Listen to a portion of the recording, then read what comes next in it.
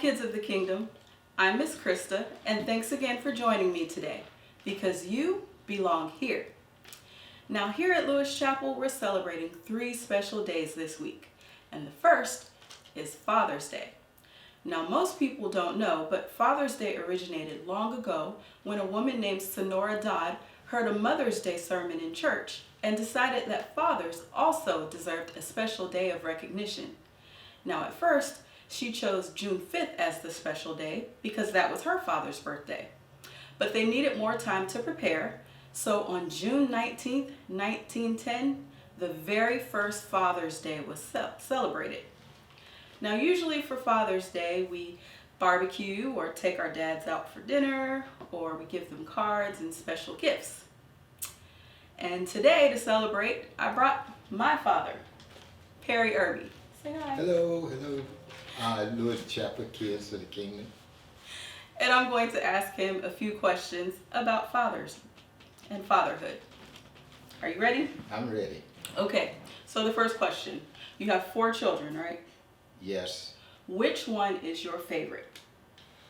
That's a difficult question to ask. I think they're all my favorite. Okay, so next question. What is your favorite memory of your father? My favorite memory of my father is when he prayed in church, when he would pray in church, because my dad had a hat to his prayers. He said, "To see now, Heavenly Father, we thank you for this day, and Lord, be with us." And I, as a child, I tried to mimic that, and when we would be playing church, and I would pray like him, and my sisters and brothers, they'd be rolling on the floor laughing because I had that hat. Okay, so what's the best part about being a father yourself? Mentorship. Mentorship. Being able to talk to your children, and your children talking to you. That's a big difference. You can talk to your children, but when your children talk back to you, you can give them some good advice and some bad advice according to how they perceive it. And so, but allow yourself to be included into that world of thinking is probably the greatest gift that children can give a father, and a father be able to give advice to the kids. Okay, thank you. Okay, so of course I have to go shopping for your Father's Day gift. So what's on your Father's Day wish list? Food. I've had this taste for a restaurant that you introduced me to about a month or so ago. I like to go there for Father's Day, and my food will be in front of me, and I'll be able to cook my own food and enjoy the company of my daughters. Oh, you mean the Korean barbecue place? Yes. Okay, that was fun. Barbecue place. Okay, so do you have a Father's Day message for the kids of the kingdom? You can look at the camera. Well, you're special. You're special, you're talented, you're an individual. Use your time wisely. That's going to be and appreciate your parents. Thank you. All right, kids of the kingdom, make sure you show your father appreciation tomorrow and have a great Father's Day. June 19th also marks another very special day, Juneteenth. Now, Juneteenth originated in 1865 in Galveston, Texas, when Union soldiers traveled there to let the slaves know that they were free. History says that the slaves were so excited to learn the news of their freedom that they immediately began celebrating, and they continued it every year after that. Now, Juneteenth is an important part of American history, so anyone can observe it, but celebrating the freedom of our ancestors holds a very special significance for those of us who are descendants of the African American slaves. And even the Muskogee people of Mexico celebrate the holiday.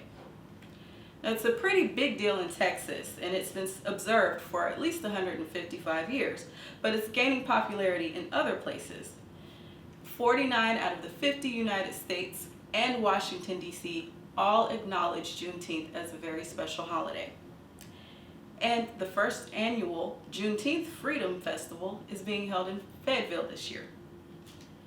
Now, African Americans have a culture that is very rich and deep, but it's often forgotten or eliminated. And it's important to remember our history and honor our ancestors to keep our traditions alive. Now, some Juneteenth traditions include festivals, baseball games. In Texas, rodeos are very popular. Also, because slaves were not allowed to dress nicely, Juneteenth served as a special occasion to pull out their finest clothing.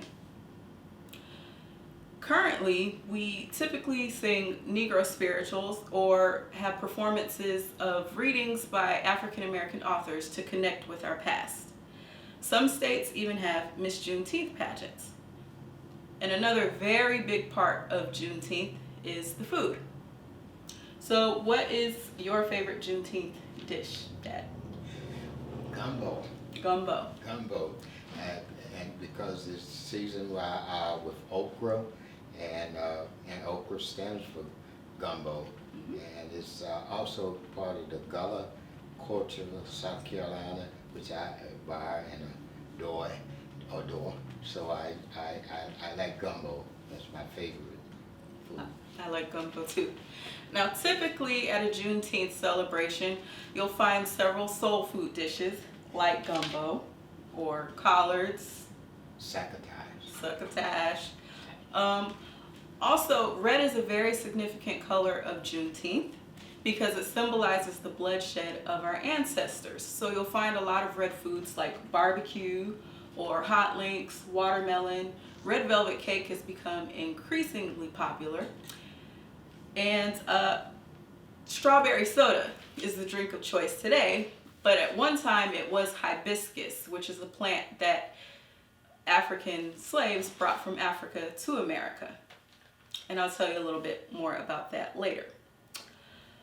Have you ever been to a Juneteenth celebration? Yes, I have. Could you tell us about it?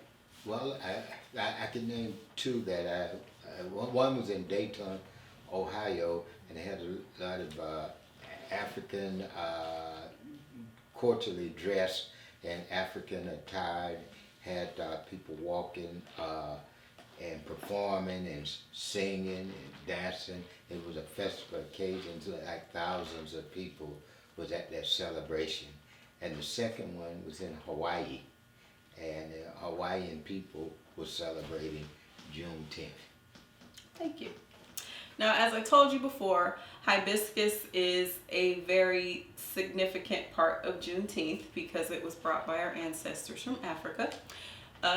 You can use it to make a drink, which I've done here, and we're going to taste it. Cheers. To Juneteenth. Juneteenth. All right. Happy Juneteenth. Mm. Now, June 19th also marks another very special day here at Lewis Chapel, and that's Vacation Bible School, or VBS. And today's VBS lesson is about Daniel, and it comes from the book of Daniel, chapter 1, verses 5 through 20. But I'll give you a brief story. So Daniel and his friends were kidnapped and taken to the land of Babylon to live as slaves. They were put to work in the king's palace and expected to eat the king's food from the king's table. But Daniel and his friends lived under God's law, and at that time God had some very specific rules about what could and could not be eaten. So Daniel and his friends took a risk, and they made a request of the king to only eat the foods that God allowed them to, rather than eating the rich and delicious food from the king's table. So for 10 days, they would eat only vegetables and drink water. Now, one would think going 10 days with just vegetables and water would make you weak and hungry, but that wasn't the case with Daniel and his friends. By the time the 10-day period was over, they were stronger and they looked better than the king's men. They were even smarter. So that just goes to show, if you practice discipline and you listen to God, you can be wiser and you can be stronger. So I have my dad here, and we're going to play a little game called King's Table or God's Table. And we're going to take some foods. We have some foods. Some of them, if they existed back during Daniel's time, they might be on the king's table. And the rest of the foods would be on God's table. So it's your job to decide which things belong on the king's table and which things belong on God's table. Now, I do want to say that foods from the king's table are typically, today, would be things that are rich and sweet or fatty, like junk foods like cookies or candy or pizza. Things that if you eat too much of them, you could get sick.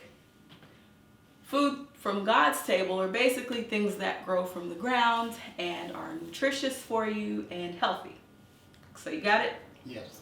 Are you ready? I'm ready. For King's Table or God's Table?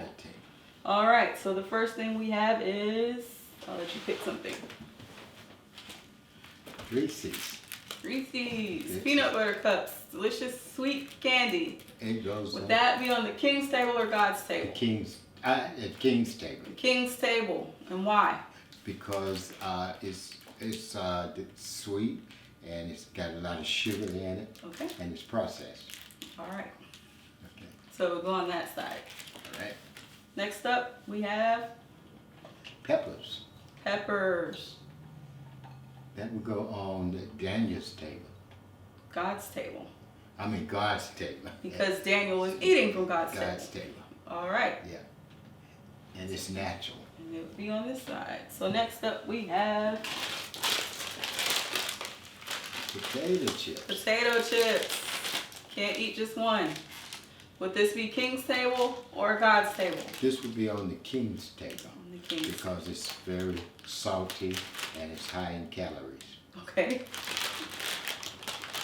All right. So next up we have Pepsi. Pepsi, soda. King's Table or God's Table? Oh, definitely the King's table. King. It's loaded with sugar and got 150 calories and a lot of grams of sugar, too much for a healthy person. Now we have a couple of beautiful red tomatoes. King's Table or God's Table? Definitely God's table God's because Table. they're naturally sweet, but they come straight from the earth, from the plant, that was seeds that were planted in the ground by the earth, and no sugar or salt added.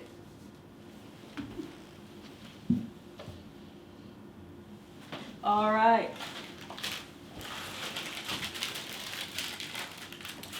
Cookies. King's Table or God's Table? That would be the King's table. The King's Table. Again, high in cholesterol, high in fat, the content, and a lot of sugar in the candy, in the chocolate and cream filling. All right, we have some beautiful green cucumbers. King's Table or God's Table? God's table, straight off the vine. Straight off the vine, right out the garden. I know that's God's table. God's Table. All right. Bright yellow squash. King's Table or God's Table? God's table. Straight out of the garden, straight off the vine, and ready to eat. Okay, so put it over here. No sugar. All right, the last one. Chocolate, candy. King's Table or God's Table? Well, I would say that this would go good on the King's table, or maybe God even if it picks a chocolate. I don't know. For the sake of the lesson. But for the lesson, it goes on the King's table. On the King's Table on that side. I know, I just... So as you can see, on the King's Table, we have pretty much junk food full of sugar, full of fat. And on this side, God's table, we have things that have grown from the ground, vegetables that are good for you. And I do want to say that all of these vegetables came from my dad's garden. He grew these with his own 2 hands. So shout out to you for that. Now, God's rules have changed since Daniel's time. So it's okay for us to eat some of these things from the King's table. But the key is to practice discipline and eat them in moderation. So what would happen if you were to eat everything on the king's table all at once right now? I would probably have a stomach ache because of too much sugar in my body, and I would probably have a rush of adrenaline and a lot of high energy that I don't need. So you'd be hyper and sick Yes. if you ate all of these things. So have you ever tried to get more vegetables into your diet? Sure, that's And why how do you feel? I feel good. That's why I plant a garden every year, because it get fresh food, and it reminds me that this food I grew up on as a boy. Okay, thank you. So, like I said, it's important to practice discipline in all areas of your life. So that's our lesson for today. Thank you for joining us because you belong here.